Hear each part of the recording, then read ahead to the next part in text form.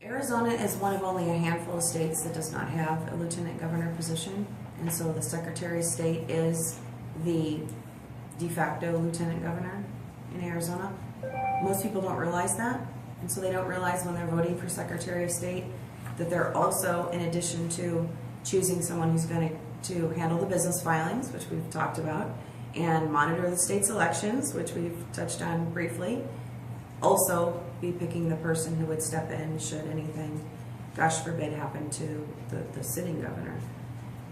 So one of two things should happen. It'd be nice to have a lieutenant governor that is their role, is to be the lieutenant governor and to sit at the, be the right arm of the governor. People would know that when they're going to the polls, that what they're voting on is a lieutenant governor.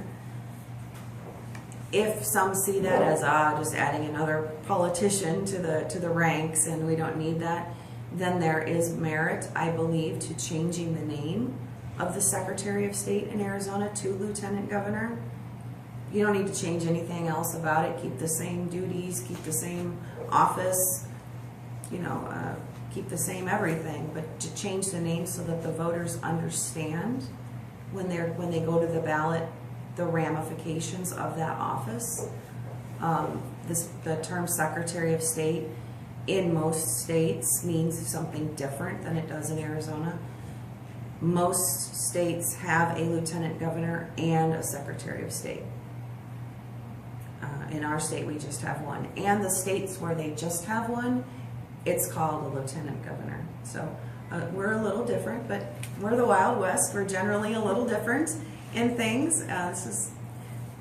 This is the way we roll in Arizona. So it's education. We just need to educate voters what the job of the Secretary of State is. Somebody asked me the other day, I thought this was kind of cute. He was very concerned before he decided to support me what my feelings were on the sanctions of Iran.